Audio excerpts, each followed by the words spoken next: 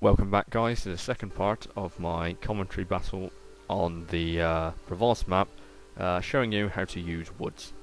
Okay, I fast forwarded a bit from the previous part because I was just basically finishing off the American units, and the last box formation I just encircle it and destroy it.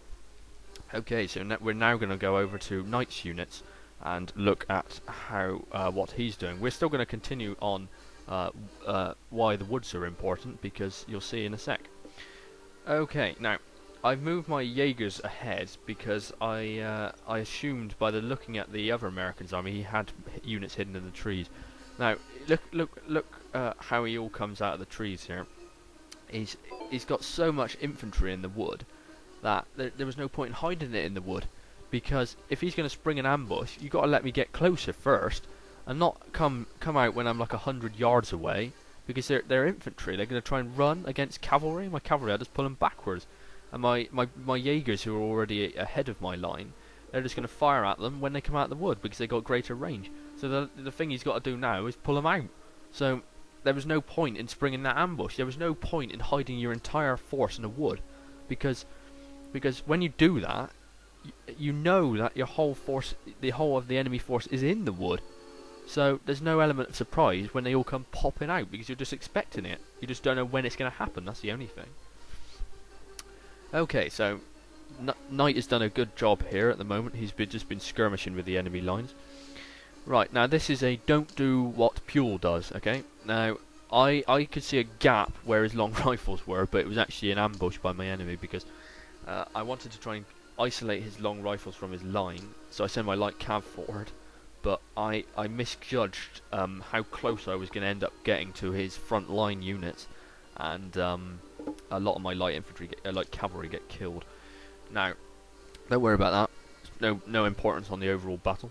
What is important is the American gets impatient and retaliates with his cavalry units. He sends one against Knight's units, which gets completely annihilated, and he sends his three against my main line. All I do, I see him coming, pull my skirmishers back. This time I pull them back well in advance of the enemy approaching me. Now, I don't form my units into box this time, because I want to get as many of them dead before they hit my line as possible. So in boxes they don't fire back properly, or in line I can get a massive amount of fire going at one unit at a time. The fact he's in diamond formation is actually going to help me here. So he charges into my middle, causes a bit of damage, but his other two units also charge into the same unit, which means he actually doesn't do much damage to my infantry, but in fact actually crushes his own cavalry unit, because he's charging in a diamond, which is focusing the charge at one point, and he focuses the charge into his own cavalry units. So that's good for me. Now, unfortunately, now this isn't so good for me, is the fact that the two units next to the one line infantry unit are so badly depleted. My lifeguard, who are exhausted, he charges into them. Smart move. That wipes him out. My line infantry unit in the back is badly depleted, but when he does charge into that, he charges back through the box and gets snagged inside it. I don't charge my cavalry in, because I know for a fact that if I charge my cavalry through my own infantry, I'll kill them off as well as killing his cavalry. So I don't want to route my units faster than it needs to be routed, so I keep them stationary for now. I have actually routed my whole army by charging a cavalry unit through. I know that sounds ridiculous, but it is really, really annoying. I remember once when I was pulling my long rifles back from a load of light dragoons, and I charged my heavy cavalry through, and I watched in horror as I managed to completely annihilate my own long rifles, which I'd actually sent my cavalry there to protect, and I routed my own skirmisher units with my own cavalry. Yeah, that was very annoying. I was thinking of it being like Rome, where you can charge through your own units, but it's nothing like that. So yeah, anyway, because I have a lot of skirmishers on this side, the American has to come off the hill because there's nowhere left for him to run. You can see I've also wiped out two of his cavalry units. My lifeguards are out, I'm not too bothered about that. I'm waiting for a gap to appear in his line, because he's right on the red line at the edge of the map, so I can't get my cavalry around his flank at the moment. Right, with my skirmishers peppering them, he's had to come forward to engage my skirmishers.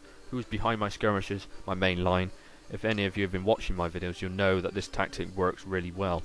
Skirmishers in front, light infantry doctrine, then line infantry behind, I got 2-to-1 fire superiority over the enemy.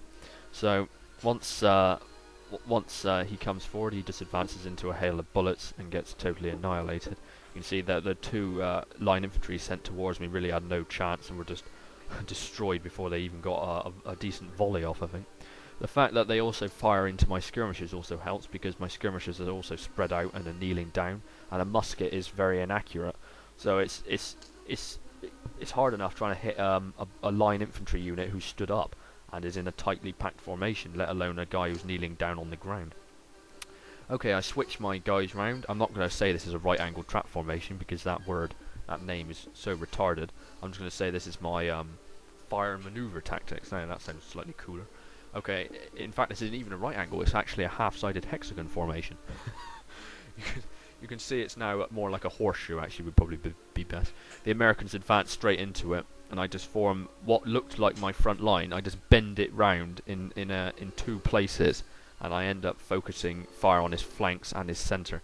Now that line infantry unit, which had been so valiantly battling with the free cavalry units, cannot stand up to all the American line infantry units, and that routs. So, now a gap's appeared as he's had to pull all of his line infantry off to engage me. I can see a huge gap in the back where his general and his long rifles are holding back Knight, so I just send my cavalry off to finish them off. Now here, Knight does the ideal thing of getting all of his units killed by grenadiers. Now when grenadiers throw grenades at you, I mean, you've got to be watching, of course, and you've got to know that they're grenadiers, because sometimes you kind of don't think. But when you see grenadiers throw grenades, or grenades, I should say, you just want to pull your units back, and then, as soon as the grenades blow up, return to their original positions. Now, my 2 light cavalry and 1 heavy cavalry smash into his general, and my other heavy cavalry go straight through the first long rifles and straight into the second one, which wavers them, and then they all rout.